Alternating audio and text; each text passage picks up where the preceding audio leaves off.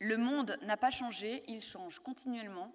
Et pour s'inscrire dans ce mouvement, il faut y progresser, mais le plus important, c'est bien d'y être enraciné, et pour cela, être enraciné dans une terre non polluée, cette terre que nos aïeux nous ont laissée et que nous devrons un jour transmettre. Voilà, je vous remercie de cette écoute. Je vous souhaite la bienvenue à la région Auvergne-Rhône-Alpes et je laisse la parole à Pierre Lavenzac.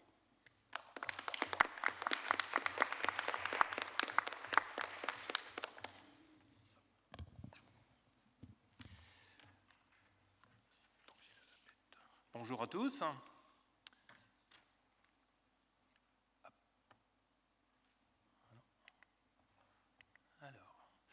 Voilà, donc aujourd'hui je vais vous parler donc de l'environnement et l'importance qu'a notre environnement sur notre santé. Alors tout d'abord, une définition de l'environnement. L'environnement, c'est un ensemble d'écosystèmes. Et un écosystème, c'est quoi? Eh bien, c'est un ensemble formé par un environnement, c'est-à-dire son biotope, et l'ensemble des espèces qui y vivent, qui s'y nourrissent et se reproduisent. C'est ce qu'on appelle aussi la biocénose. Ces écosystèmes, ils sont tous en interaction les uns avec les autres, et c'est l'ensemble de tous ces écosystèmes-là qui composent la biosphère et qui est source de vie sur notre planète, sur la Terre. Définition de la santé. Donc la santé est un état complet de bien-être physique, mental, social, et ne constitue pas seulement une absence de maladie ou d'infirmité. Alors quelle importance a l'environnement sur notre santé? Quel lien? Quel rôle joue-t-il? En a-t-il un? On va tenter de répondre. Alors, quelques chiffres. La population mondiale, aujourd'hui, elle est évaluée à 7 425 980 000 au 30 mai 2016. Alors, depuis 50 ans, la population, elle est passée globalement de 2 milliards à 7 milliards. L'activité économique, elle s'est accrue d'un facteur de 10. En même temps, 30 à 50% de la surface de la planète a été modifiée par l'action de l'homme. Les activités humaines, elles sont en train de changer littéralement, ça va un petit peu plus vite, voilà. Littéralement, elles sont en train de bouleverser les cycles de notre planète. On dégrade notre environnement, on génère des pollutions et en même temps, on crée des déchets. Et tout cela, ça accentue la pression environnementale sur ces différents écosystèmes. Et je vous rappelle que l'homme est une composante de ces écosystèmes. Autres chiffres environnementaux. Donc au 30 mai 2016, vous pouvez lire comme moi sur le slide, plus de 2 144 millions d'hectares de forêts détruites, terres perdues en raison des érosions, plus de 2 887 d'hectares, pardon. Donc il y a 15 300 milliards d'émissions de tonnes de CO2, on savait lire comme moi, et en même temps aussi donc, les produits chimiques et toxiques déchargés par les industries, plus de 4 milliards de tonnes. Chiffre de santé, puisque nous sommes là pour la santé durable. Décès depuis le début de l'année, plus de 24 millions. Dû à des maladies donc diverses et typhoïdes, voilà, donc les maladies les plus courantes, on va dire, 5 milliards. Cause de décès par le cancer, plus de 3 milliards. La cigarette, le VIH, l'alcool et les accidents de la route. Oui, c'est des millions, pardon, des millions, tout à fait. Sinon, ça faisait beaucoup. Merci. Donc, récemment, en décembre 2015, donc, il y a eu la COP21 à Paris. Le slogan était « Préserver la planète et protéger les hommes ». Et quelque part, c'est aussi de protéger leur santé.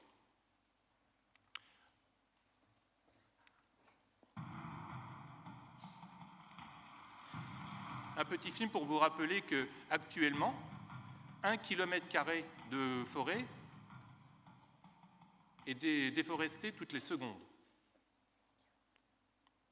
Ce qui est énorme. En même temps, nous avons donc le changement climatique, et à ce jour, si on continue comme on est parti avec 3 degrés à 2100, 8% des espaces des espèces animales vont disparaître de la planète. Donc la santé et le bien-être humain sont intimement liés à l'état de notre environnement. La dégradation de notre environnement, justement provoquée par ce progrès humain, donc on est arrivé à un seuil critique.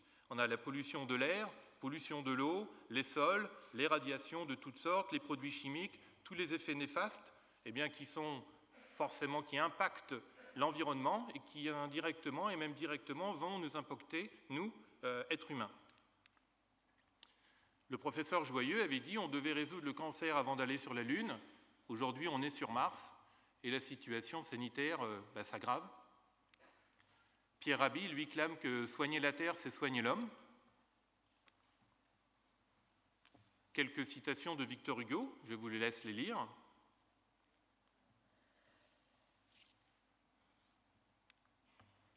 Celle plus connue d'Antoine de Saint-Exupéry. Nous n'héritons pas la terre de nos ancêtres, nous l'empruntons à nos enfants. Tout à fait. Ça rejoint ce qu'a dit Madame Lorne, juste avant moi. Alors nos modes de vie, nos comportements polluent. On a deux types de pollution. Globalement, on a une pollution extérieure et une pollution intérieure. À l'intérieur, donc dans nos maisons, dans nos bâtiments, et une pollution extérieure. Donc on a une pollution extérieure due au bruit, pollution des sols, pollution des eaux et pollution de l'air. Donc au niveau du bruit, qu'est-ce que c'est que la pollution sonore ? Eh bien c'est celle qui affecte l'acuité auditive. C'est aussi, en même temps, elle vient impacter les écosystèmes par le dérangement de la faune et de la flore. Donc pour cela, on trouve tous les réseaux, les trafics routiers, les trafics aériens, les différents travaux, chantiers, et en même temps, la population qui augmente. Puisqu'à ce jour, la population, aujourd'hui, on est à 73% de la population européenne vit dans les villes. En 2050, cette population va atteindre 82%, c'est-à-dire qu'on va globalement tous habiter en ville. Ce qui veut dire qu'on va augmenter d'autant plus les pressions sur l'environnement. Le bruit se propage sous forme de longueur d'onde, donc il est source de stress et peut avoir des conséquences pathologiques en fonction de l'intensité et en fonction de la durée d'exposition. Les conséquences, c'est irritabilité, des insomnies, dépression, surdité, problèmes d'audition, d'hypertension, et il y en a encore bien d'autres. La pollution des sols. La pollution des sols, c'est quoi ? C'est l'introduction de substances toxiques, radioactives ou pas, ou d'organismes pathogènes que l'on introduit et qui viennent perturber les écosystèmes existants. Donc il m'est impossible de lister tous les polluants. En même temps, je vais vous citer les hydrocarbures, on a les métaux lourds, on a les COV, donc les composés organiques volatiles, aussi tout ce qui est pesticides, les phtalates, les phénols, des cyanures et toutes les substances chimiques. Alors la pollution des sols, elle est faite comment ? Elle est faite par l'enfouissement éventuellement de certains de nos déchets, volontairement ou pas, puisqu'il y en a d'autres où on a des décharges naturelles qu'on ne devrait pas.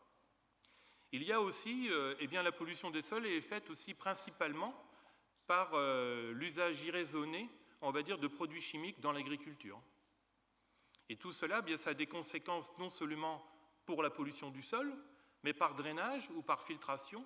On vient donc atteindre ensuite les différentes nappes phréatiques, ou par drainage, donc on va dans les rivières, les fleuves, les mers et les océans. Donc on vient impacter en même temps la pollution des eaux. Alors les pesticides, principalement, ils ont un effet cocktail, puisque dans un pesticide, on a 3 éléments qui sont les herbicides, les fongicides et les insecticides. Et ils sont là pour protéger les végétaux. Et en même temps, ces végétaux, on finit par les manger.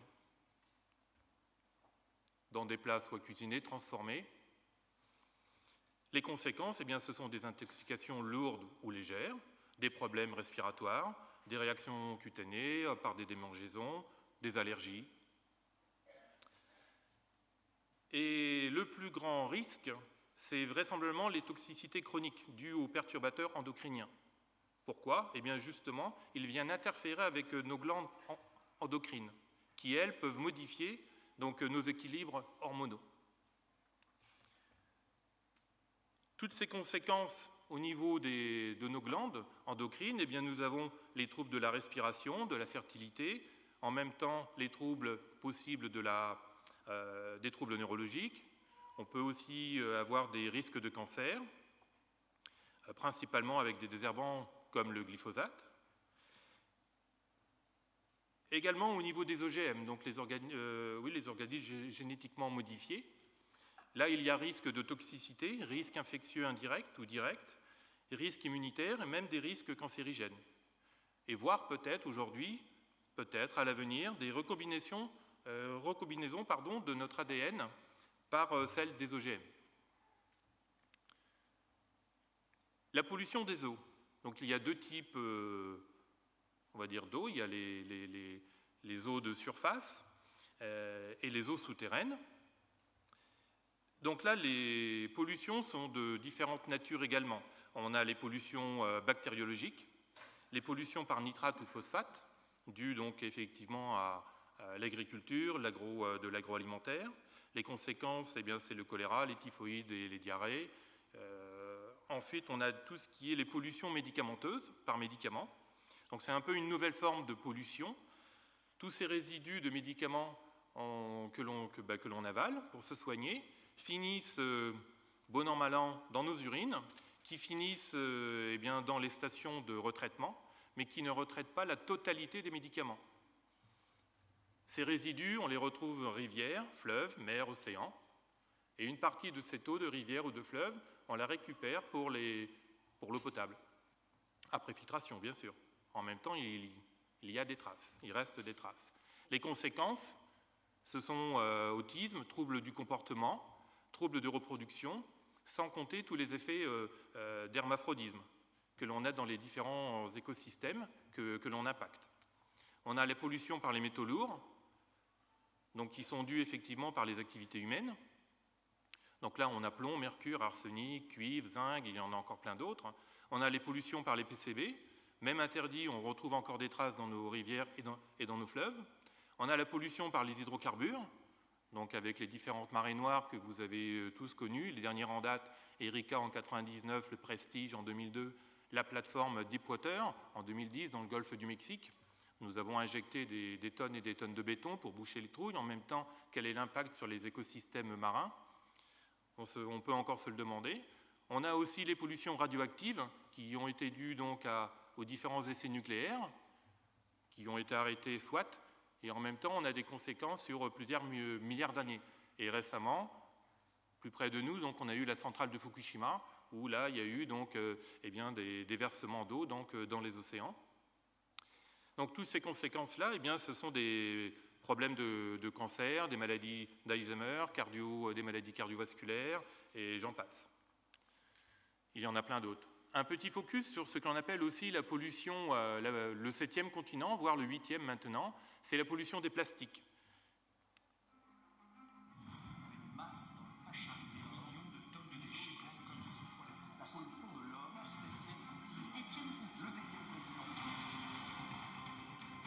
Le 7e continent, c'est 275 millions de tonnes de déchets plastiques. Ça représente environ 6 fois la taille de la France, 30 mètres de profondeur par endroit, et il y a globalement 5 kg de plastique pour 1 kg de plancton. La surface est tellement dense que les satellites ont réussi donc à déterminer cette surface comme un 7e continent.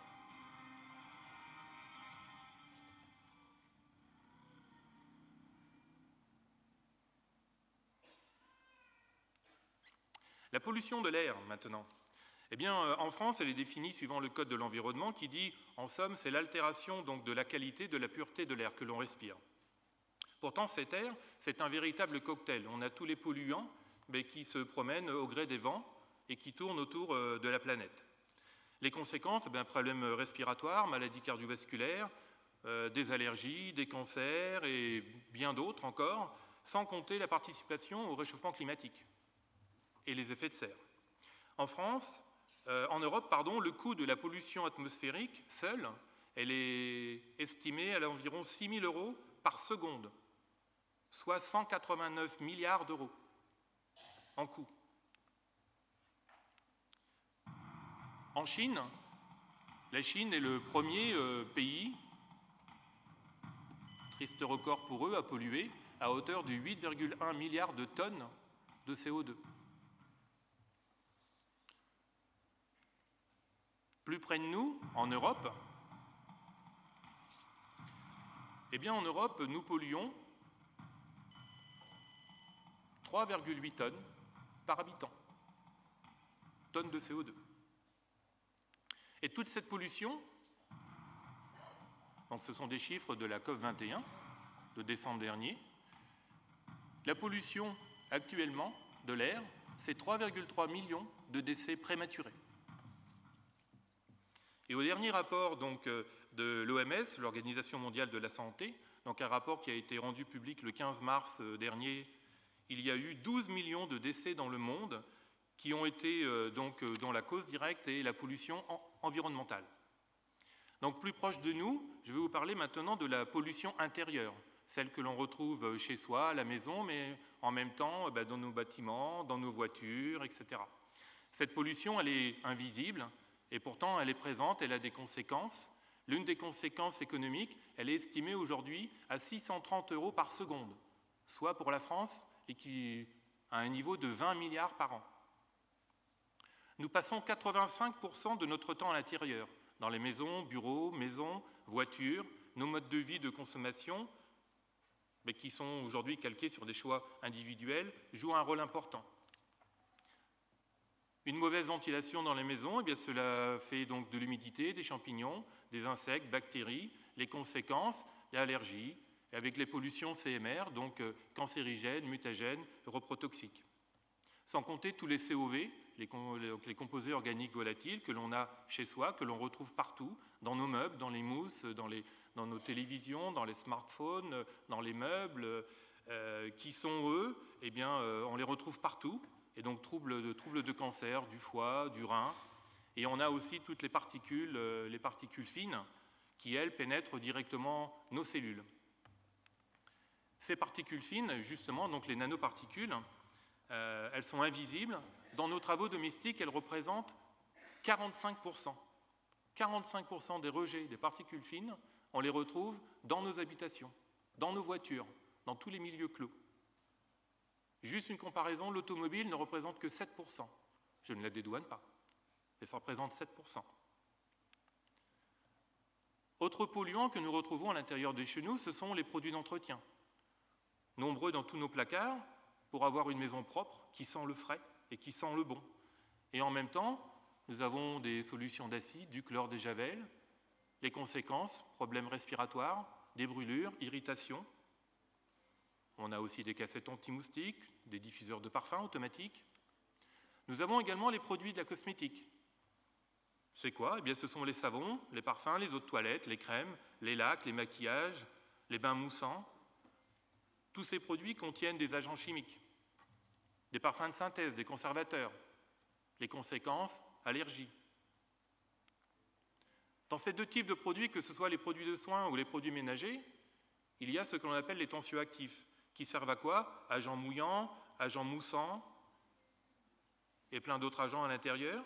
Cela représente aujourd'hui 380 kg utilisés par seconde, soit près de 12 millions de tonnes dans le monde. Ces 12 millions de tonnes, vous savez où ils finissent ? Quand on a fini de laver la maison, cette eau, on la jette. Quand on a fini de prendre sa douche, cette eau, on la jette. C'est transporté, traité en totalité ou pas dans les stations d'épuration, rivières, fleuves, mers, océans. Et ça vient en même temps impacter tous les écosystèmes de toute la chaîne. Nous avons aussi donc la pollution au niveau alimentaire qui est composée en fonction bien évidemment de nos modes de vie, soit des plats cuisinés, soit avec OGM ou sans OGM, soit les plats déjà tout préparés ou éventuellement bio. Mais nous avons donc des exhausteurs de goût dans tous ces produits-là il y a des colorants dès qu'on achète des produits préparés, en grande surface ou pas. Et en même temps, donc, les conséquences, eh bien, ce sont les problèmes de poids ou de surpoids, problèmes digestifs. Petit focus sur le hamburger, le fast-food, la restauration rapide, utilisée avec des produits de grande consommation, agriculture intensive, à croissance rapide.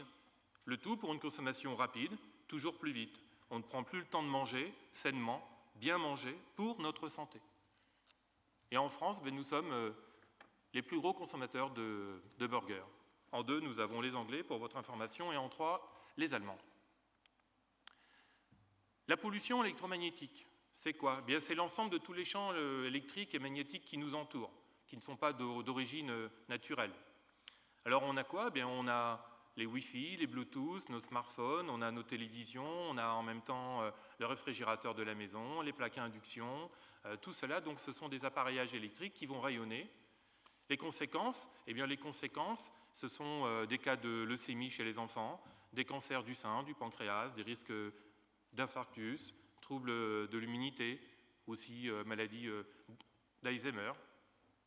Alors il est réellement urgent de modifier et d'adopter des comportements différents, de modifier nos façons de vivre, de protéger l'environnement pour vraiment une meilleure santé. Ou sinon, au-devant de tout cela, il y a maladie, dysfonctionnement physique et bien évidemment la mort prématurée. Pour information, une personne décède d'un cancer toutes les 2 secondes. Cela représente 15 millions de décès par an. Alors franchement, je me demande qu'attendons-nous vraiment pour changer nos comportements, nos modes de vie et préserver la planète, pour accroître notre bien-être et celui de notre planète. Alors pour revenir à la question, quelle importance a l'environnement sur notre santé? Eh bien, un environnement sain et protégé, c'est bien évidemment une santé et un bien-être humain. Un bien-être pour l'homme et un bien-être pour la planète. Un petit focus, quelques actualités du moment. Au Sénat, donc à la commission mixte paritaire, on est en train de débattre de la loi sur la biodiversité. On parle par exemple sur les derniers pesticides, les néonicotinoïdes, c'est un neurotoxique, vous avez tous entendu parler pour les abeilles. Mais pas que les abeilles, aussi les bourdons, les papillons. Eh bien aujourd'hui, les sénateurs se posent la question si on doit l'interdire là tout de suite maintenant ou un petit peu plus tard.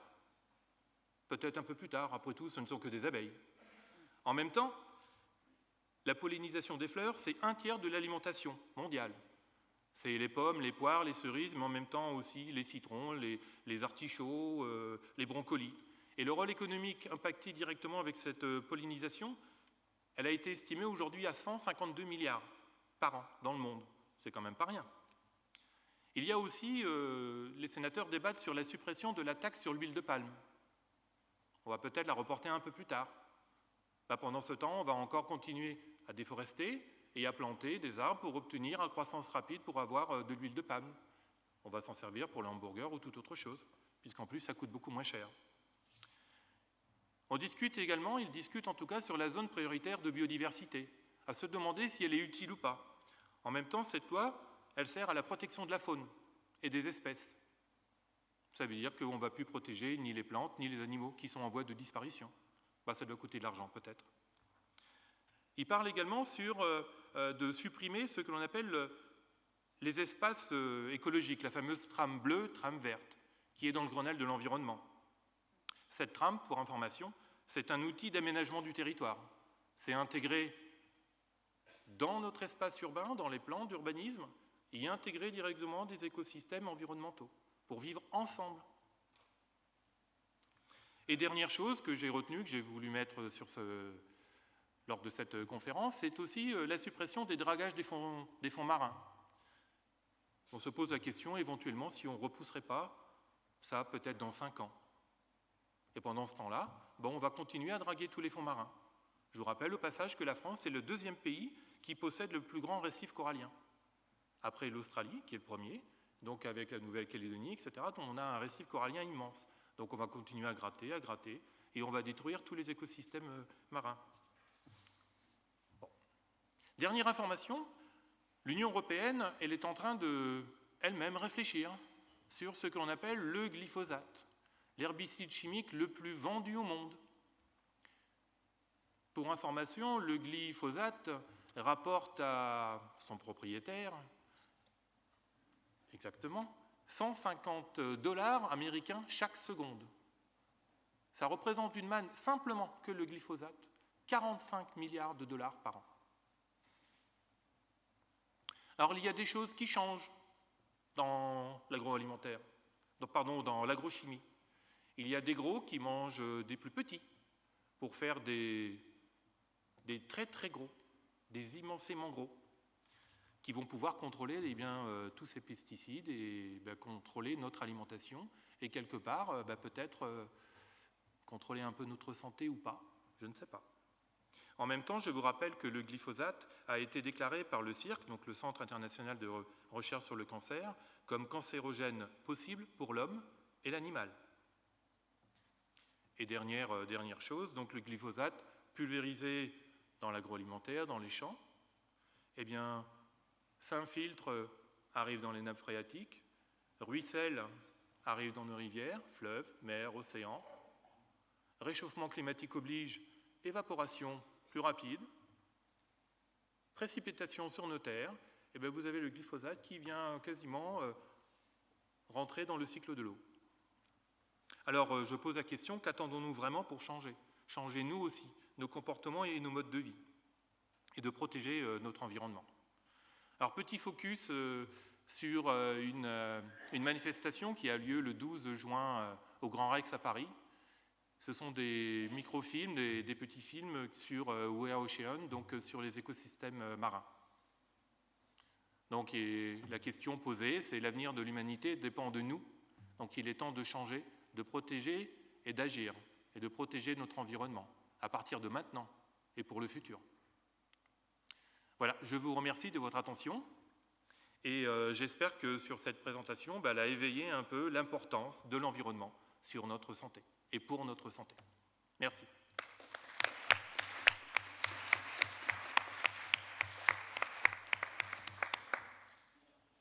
Et donc, je vais passer la parole à, je ne sais pas... Oui, à Bénédicte. Il fonctionne. À Bénédicte. Merci à Pierre Valenzac de son intervention. Bon, bien sûr, à chacun de voir ce qu'il peut faire à son niveau, mais voilà, faut être positif, faut rester positif, surtout pour nos enfants et petits-enfants. Bien, nous allons passer la parole au docteur Bénédicte, ici, voilà, qui va vous parler de la prévention du cancer qu'elle connaît bien. Merci.